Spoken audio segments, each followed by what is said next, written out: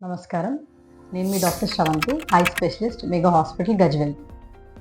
So మనకి రీసెంట్‌గా ఒక పేషెంట్ వచ్చారు కుక్కర్ బ్లాస్ట్ ఇంజరీ వల్ల.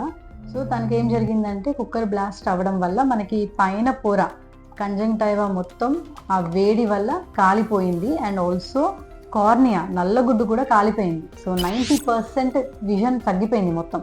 అసలేం కనిపించలేదు ఫస్ట్ వచ్చినప్పుడు. చూపు మొత్తం తగ్గిపోయింది. మనకి main cornea is very important for చూపు అనమాట, విజన్ అనమాట.